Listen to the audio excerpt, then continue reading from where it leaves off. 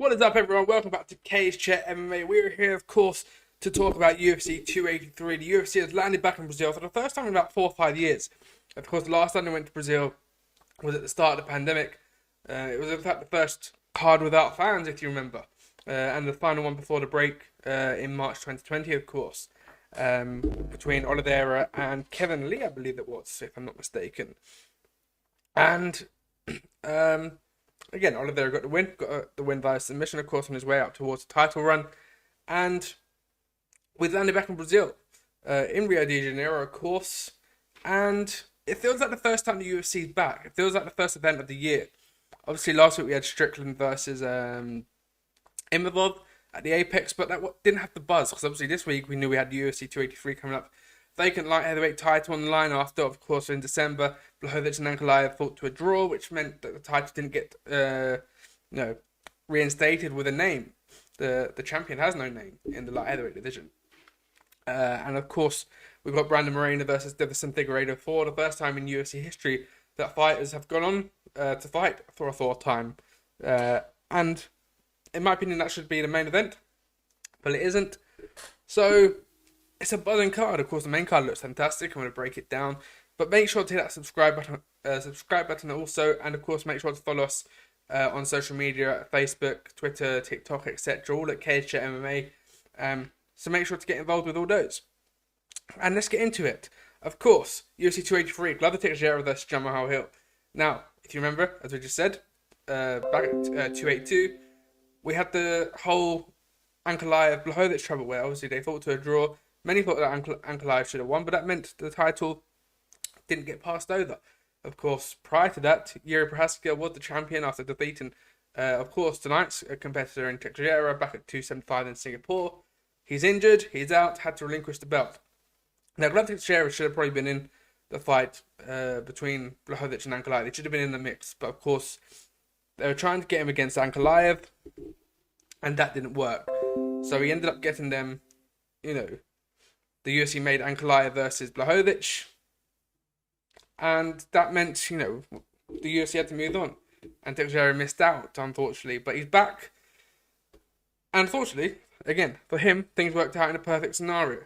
He still has a chance to become champion tonight at 43 years of age. If he does so, which I believe he will do, is a fantastic feat for him. Because, of course, even becoming a champion, late into 2021, many thought, that was the tipping point and maybe the peak of the mountain and the time to retire.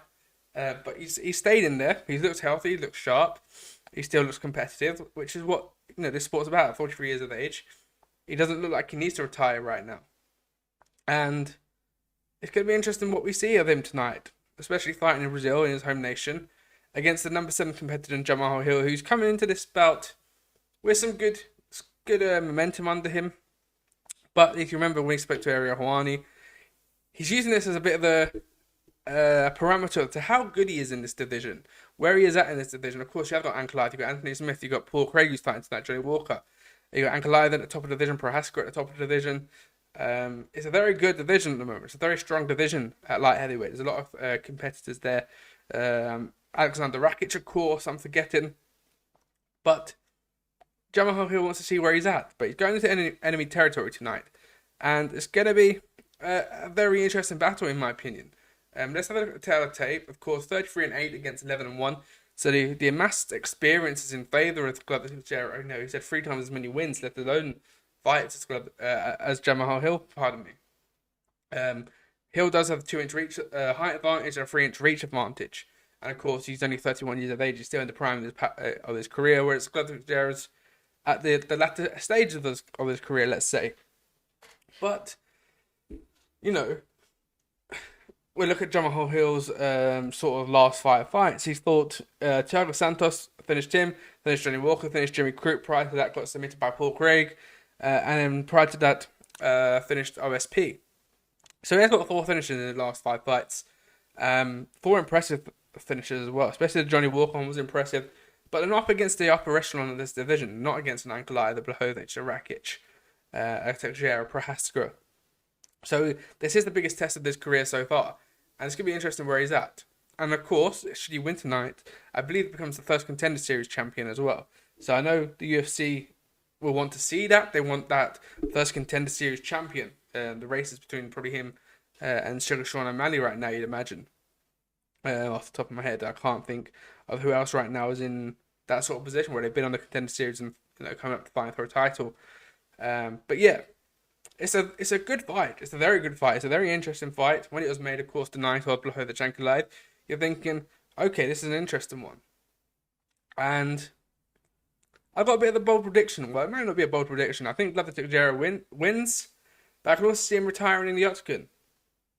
Because, where better else to announce your fate and your retirement from the sport than in your home nation in Brazil, having become a 2-time light heavyweight champion, having, climbed the mountain, lost to Prohaska in the way he did in one of the fights of the year, and then reclaiming his gold back. It would be very fitting for him at 43 years of age, to put the gloves in the centre of the octagon tonight with the belt and walk away from the sport. Now that's something he might do should he win, although he might want to, he is 44 in October, I believe he is. So, does he want to run it back with Prohaska? Has he got the time to run it back with Prohaska? Prohaska, presumably out until the latter end of this year, if not the beginning of next year. We don't know. Maybe Ankalaev's next. Maybe Paul Craig's next, if Paul Craig gets a good win. Albeit, he didn't look fantastic against Volkan Ozdemir. So, where is this division at the moment? You'd presume it would be Ankalaev, although the UFC might not be too favourable with Ankalaev at the moment prior to his lost performance. So it does put it in a really weird position. Obviously, you've got Anthony Smith, who was a backup fighter tonight, also there. So maybe, with him weighing in as the backup fighter, maybe he's next in line, but he's coming off the back of a loss to Ankalaev. Beyond this, it does become a bit of a tricky one to break down who's next after tonight. And it would be very ironic and fitting that Glover Teixeira steps down tonight or this week if he wins the title back and puts it to one side. Which probably, if you check out my predicting UFC champions, is where Alex Pereira steps up. There's a good chance that, if Teixeira wins, walks away from the sport, for a vacant belt, you put Alex Pereira in there for the chance to become champ. He's huge at middleweight. I'd like to see him at light heavyweight, and of course he's the protege and training partner of Glover Teixeira. And now while Teixeira is in this division, I don't see Pereira moving up. But if Teixeira moves aside, I can see Pereira stepping into that vacant spot and maybe taking over some of the sort of teachings of the master, so to speak, and become a light heavyweight champion also. Maybe that's more of a wishful thinking from myself, for Israel Adesanya to get his way back to the middleweight championship rather than, should Pereira move up, rather than having to rematch Pereira and trying to get it back, because that's a more dangerous prospect in my opinion. But yeah, I think Teixeira is going to get the win tonight. I think he wins quite comfortably. Again, similarly, his last 5. Again, he's 4-1. Split decision against Nikita Krylov. Finished Anthony Smith in round 5. Finished Thiago Santos. Submitted Jan Blachowicz. And of course, then he lost to Yuri Prohaska. But that was a very close fight. Let's not forget, that was a round 5 submission from Prohaska. But he looked great against Blachowicz. Obviously, Blachowicz didn't really turn up on the night. He looked good against Thiago Santos, who was, waning at the moment. And obviously, Anthony Smith, people have sort of a recollection, because rightfully so, from round 2 to round 5, Anthony Smith got absolutely, pummeled by Glover Teixeira, for want of a better word. But the first round, Anthony Smith was all over him, and he gassed out in that first round. And that was when Glover Teixeira uses experience, he uses, skills to take over the fight from that point on. And I can see a similar thing happening tonight with Jamahal Hill, who has got nothing to lose tonight. He hasn't earned this on particular sort of ranking, or particular merit, albeit he's a very exciting fighter to watch. But he's in this position, based on what work he's put in so far. But I can see him maybe coming out here and, trying to get that first round finish, getting that first round stoppage, trying to knock out Glover Teixeira. Maybe the adrenaline dump happens later in the first round, and obviously the takeover of that Brazilian crowd and that energy that hopefully tonight is a good night for Brazilian MMA, and there's that electrical energy that London and Paris had last year. which I believe there might be. But I can see from round 2 to round 5, should it go the distance, I could see a 49-46 in favour of Teixeira, and I could see Jamahal Hill having a good first round, but sliding out as the fight grows in time, of course. So I'm going to go with Glover Teixeira to get the belt. I think Jamahal Hill will take a lot of lessons tonight. I think tonight will be a great learning curve for him. Training with Anthony Smith would also have been a great learning curve for him going into this one. But it'd be interesting to see where the light heavyweight division goes next, because it is an open wide division right now, and because of the likes of Prohaska, you got Dominic Reyes on a horrendous sort of downfall at the moment. There's not enough there to warrant XYZ a championship fight right now. So maybe Teixeira might just have to wait for Prohaska, but I doubt he'd want to do that at 43 years of age. So yeah, let us know your thoughts in the comments down below. Are you going with Jamahal Hill, or are you going with Glover Teixeira to get the win tonight? And let's move on to the co-main event. Now, in my opinion, this should be the main event because it's a historical fight. It's one of the best sort of rivalries we've seen in MMA, and particularly the UFC. And 3, it's Figueiredo Moreno. We can see these two fight as many times as we like, and it's going to be an interesting battle. It's going to be an exciting build-up. It's going to be a fantastic fight.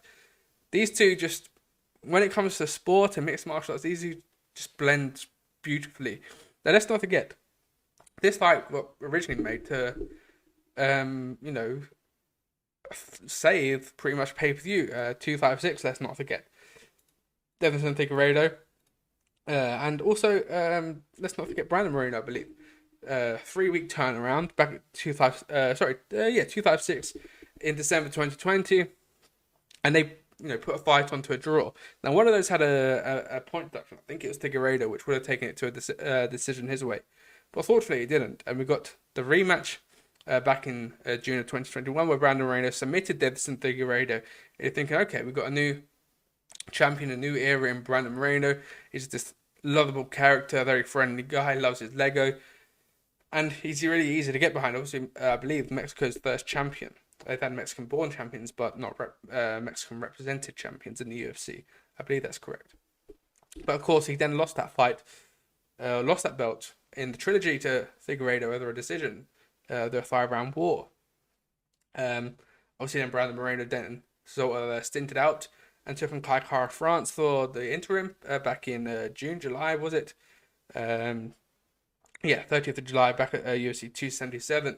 And he stopped CageChat France. CageChat France had a good first round, good second round, but then Brandon Moreno sort of took over that fight. It was a fantastic stoppage from him. So he's had that little bit of break of preparing for Devin Figueiredo, going away and looking at CageChat France, and then come back with maybe fresh eyes at this a new challenge, but a challenge that he's been looking at for the past 2 years, 2 and a bit years of his career, maybe 3 years of his career now.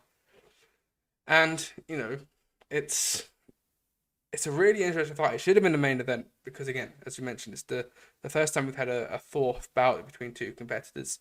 For Figueiredo, it's only been Brandon Moreno on his mind for the last 3 years because he hasn't fought anyone else. He's not needed to fight anyone else. And hopefully tonight is the end of the sort of rivalry. I doubt it will be because of the nature of these two competitors, and I think they are comfortably quite 1 and 2 in this division. Although, having said that, I will caveat that with, I think Devin Figueiredo's days at flyweight are numbered, with potentially this being the last one if he wins.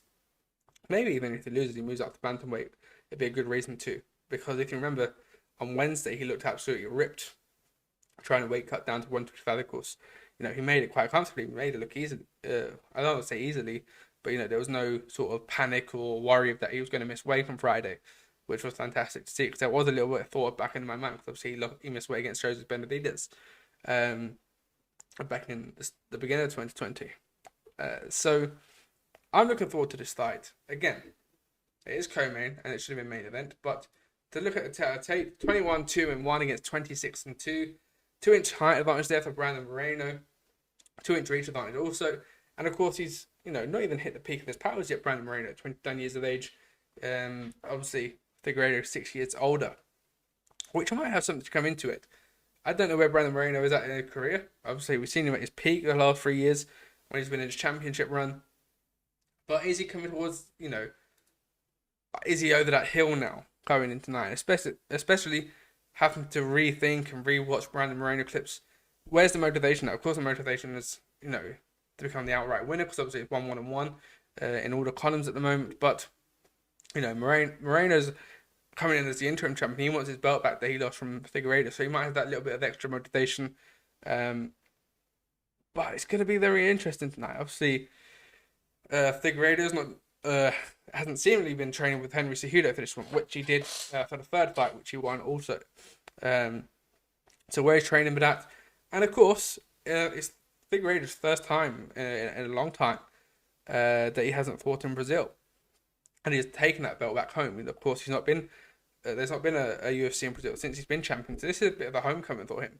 Is that little bit of extra energy, that boost, that adrenaline rush that you get from fighting in your home city, or not your home city, in your home nation, in front of your fans? Is that going to help him carry him over the line?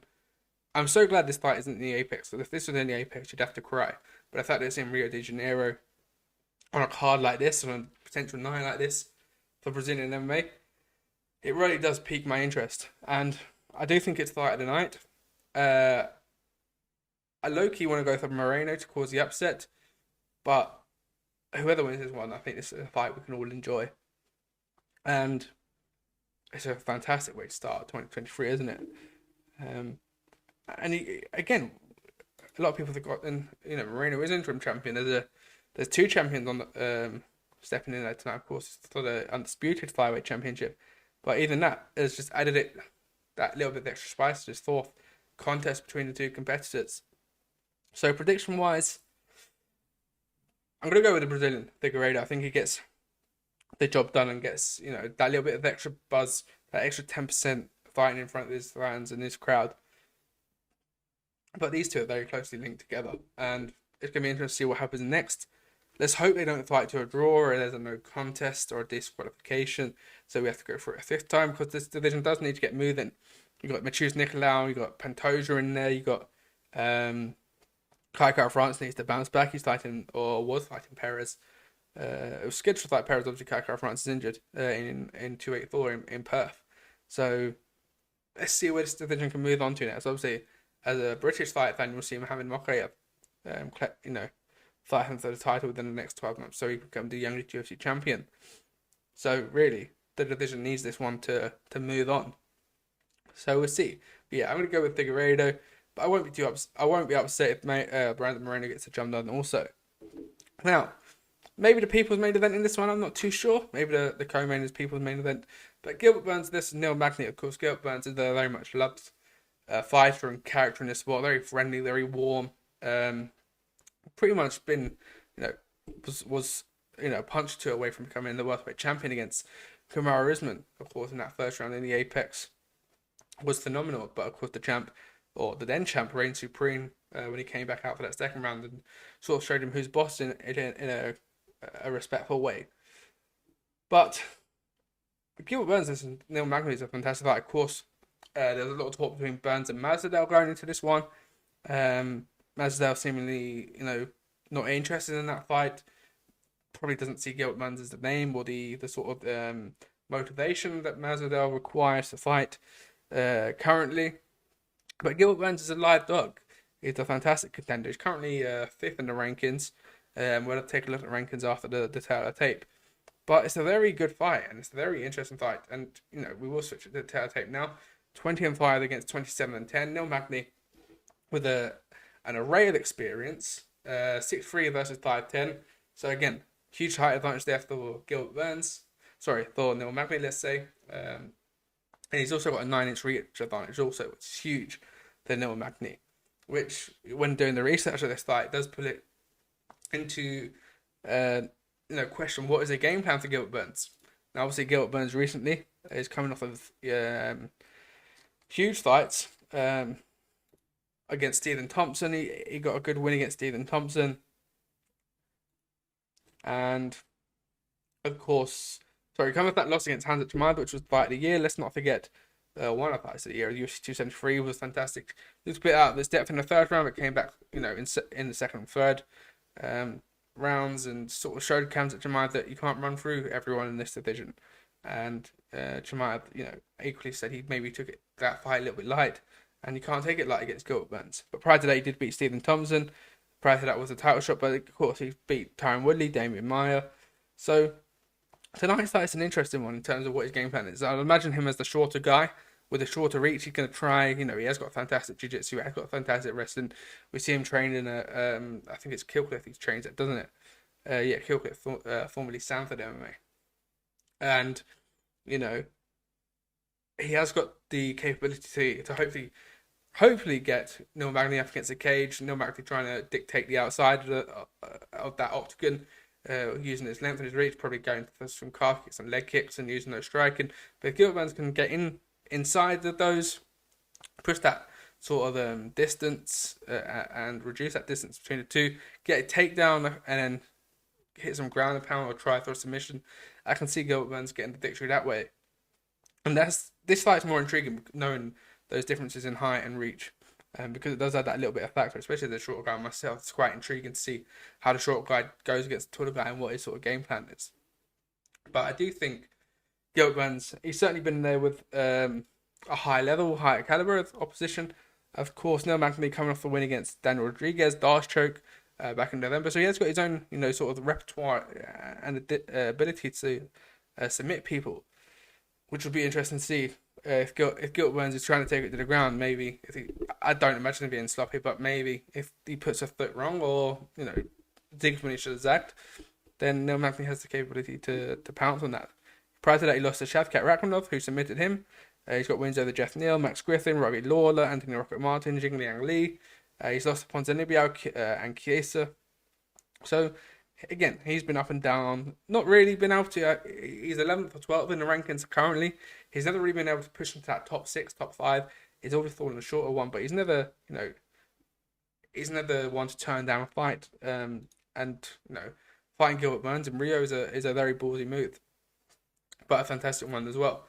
Let's have a look, in fact, at the rankings. Of course, Leon Edwards champion at the moment. He will be fighting Kamaru Usman on March 18th at UFC 286. As we mentioned, Magny isn't yet in the top 10, but you've got Belal Muhammad in there, you've got Hamzat Chimaev in there, Colby Covington, we don't know where he's at right now. Obviously, Wonder Boy recently fought Kevin Holland.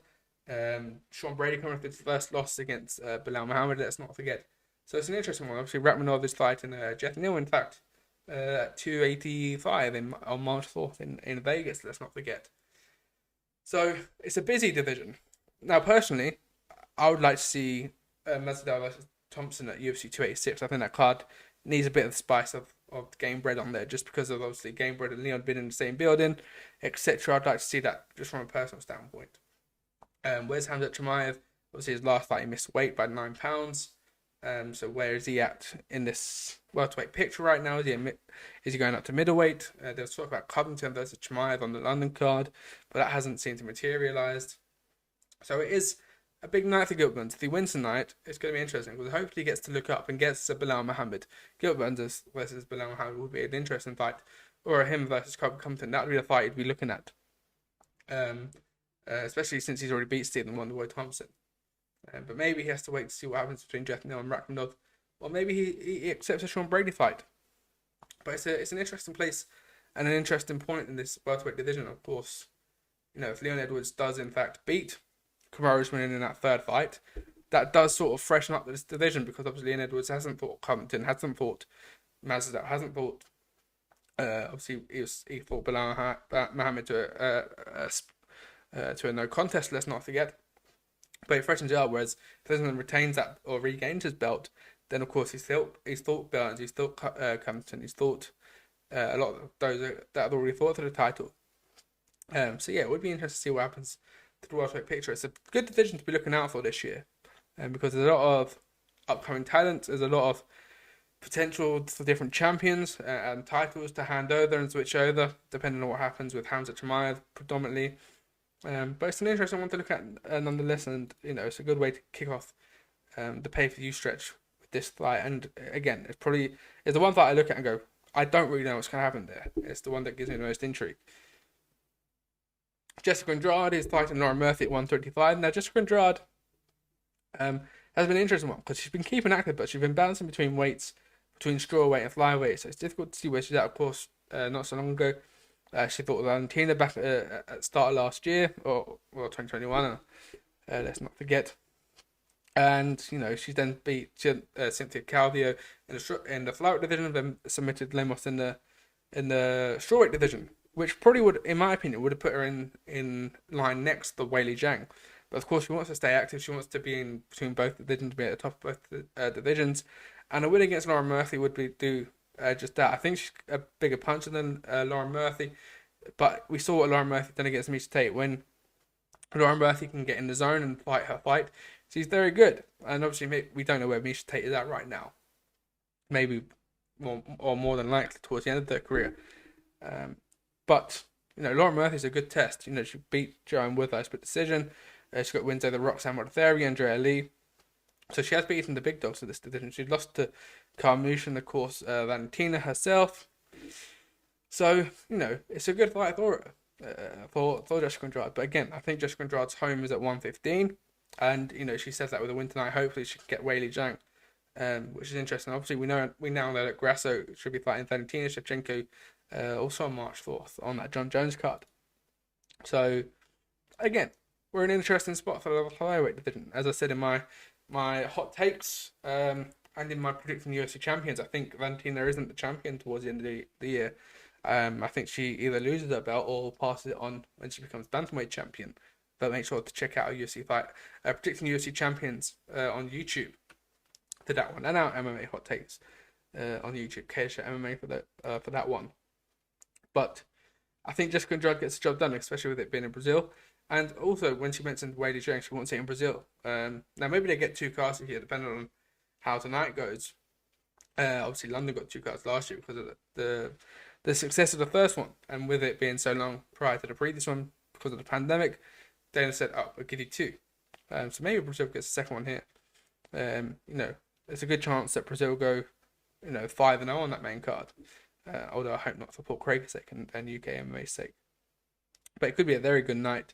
In fact, there's a Brazilian in at least one corner in every fight tonight. So, there's a good chance that they go and have a clean sweep tonight, which would be fantastic for the sport. That's fantastic for Brazilian MMA. We saw it again in London and in Paris. We can see, when those building blocks start getting put in place in the early prelims and the prelims, and your home nation guys win. It just adds that little bit of something special to the event. But yeah, I'm gonna go Jessica Andrade to get this. I think she stops Lauren Murphy. I think she's got a lot of power. Of course, she fought in every division other than the featherweight, but it wasn't around when she was a bantamweight. And she's been able to get finishes in each division, I believe. But yeah, I think she beats Lauren Murphy tonight. And that moves us on nicely to Paul Craig versus Johnny Walker. Now, Paul Craig, coming off that loss to Volkan Ozdemir, wasn't the best night out in London, of course, but he looked half okay. Obviously, in the first round, you're trying to get the submissions, but of course, once they get sweaty and those later rounds start coming in, he couldn't be able to get. He wasn't able to get hold of Volkan Ozdemir as frequently, and it made him look a little bit sloppy and one-dimensional. But he's then trained with high-level MMA, which is a fantastic gym in Scotland, producing some very high-level talent. And he's seemingly believing more in his hand. Now, his hands looked okay against Ozdemir. He didn't look the best, but he had some success. But maybe because of that lack of confidence, he wasn't willing to use them so frequently, having known, his jiu-jitsu comes naturally to him. So it's always the first choice for him.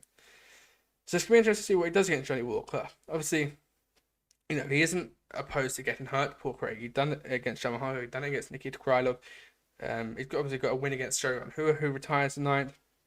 And he's able to, again, he's got a win against Magomed Ankalaev, of course.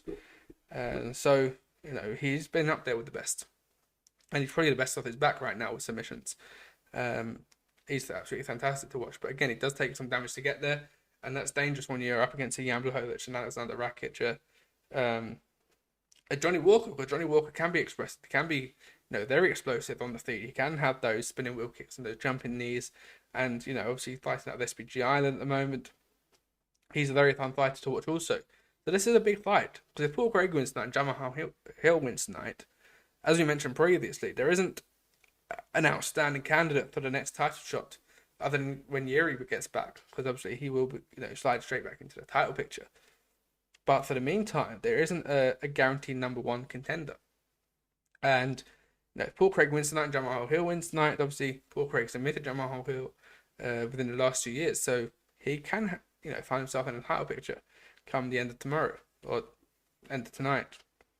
Of course, obviously Johnny Walker, last performance was a win against Iron Kutalaba, but he's lost to Hill, he's lost to Thiago Santos, lost to Nikita Krylov, lost to Corey Anderson. In between those 4 losses, he did beat Ryan Spann, finished Ryan Spann, but he was also close to getting finished himself, I believe. If I remember that fight, Spann was certainly putting it on him, but obviously it became a war of attrition, and Johnny Walker got his hand raised. But, it can go either way for Johnny Walker. Obviously, he's recently just got married himself, which is fantastic. He is a bit of a fan favourite also. But the Brit in me has to go Paul Craig tonight. And I want to see Paul Craig back in the win column because I think, he's just signed a new contract with UFC. He's training at higher level MMA now, which, hopefully can take him to the next level. And, it wasn't so long ago he was talking about retirement, but now he's had that mindset switch of going, I'm this close to potentially, something incredible in terms of becoming a UFC champion. How likely that is, I don't know in this division, but, he's certainly nowhere near the point of his career where he should be looking at retirement, in my opinion. But yeah, I'm going to go with Paul Craig to get the win and be the one that sets the mood in Brazil tonight. I'm expecting him to get booed in the arena and potentially even booed out the arena. Or if he gets a nice submission, we know Brazil and their love for jiu-jitsu. I'm sure if he gets a nice submission tonight, they will be respectful and very warm to that method of victory. Now, Shogun, who does retire tonight, he's headlining the prelims against Ihor Pereira. Gregory Rodriguez. His last fight, he had that horrendous cut on the bridge of his nose, or just above the bridge of his nose, which was horrific to look at, although we'd still rather see that than, Dana White's Power Slap League. But that's a video for another day. He's up against Bruno Ferreira in an all-Brazilian war. Another Brazilian war in the lightweight division, Thiago Moises against Melquizio Costa. You got Gabriel Bonfim against Monier Lazez. Monier Lazez, a great fighter, 11-2-0, up against an undefeated 13-0 Bonfim. At 170, Jailton Almeida, a very highly anticipated heavyweight, up against Shamil Abdurakhimov. Luan Laceda against Cody Starman. That's going to be a good fight in the bantamweight division. Terence McKinney taking on Ishmael Bonfim, who is in fact the brother of Gabriel Bonfim, which could be interesting. One, obviously, brothers fighting on the same card it's always an interesting one. How that emotional dynamic works. Riding into war together. But if the first one loses, what happens to the mentality of the second one, etc. That always intrigues me. I remember we had it with Mark De La Rosa and Montana De La Rosa fighting on the same card. It always intrigues me when family members or marital spouses, etc., girlfriend, boyfriends, all of that nature fight on the same card. Wardy Alves, against Nicholas Dalby. This fight's going to be incredible. Dalby never misses when he steps into the cage. I would have liked to see one of these two, maybe a potential opponent for Ian Gary. Of course, Ian Gary, the future, looking to come back to the sport. He's been crying out with Brian Barberena, not Ortega, Brian Barberena, Robbie Lawler, etc. I want to see him in the octagon with those sort of names now. Josiane Nunes against Sarah Tharn, who was the last one to weigh in yesterday, although she made it quite comfortably. Daniel Marcus against Simon Oliveira. It's probably already happened, but definitely, an incredible fight, incredible card, really. Daniel Marcus has, in fact, finished Simon Oliveira, so, Brazil off to 0-1 for the night. But yes, good card all in all. Make sure to get this prediction down in the comments down below. Are you going with Glover Teixeira? You have Jamahal Hill in the main event. Are you going Figueiredo or Brandon Moreno to close the chapter in that quadrilogy? And yeah, what fights are you looking forward to on tonight's card? But yes, make sure to hit the subscribe button. Make sure to drop us a follow on Facebook, Instagram, Twitter, TikTok, all that at CageChat MMA. And I'll see you guys on the review tomorrow. So yes, enjoy the fights, enjoy Saturdays, and let's have a good night of fights.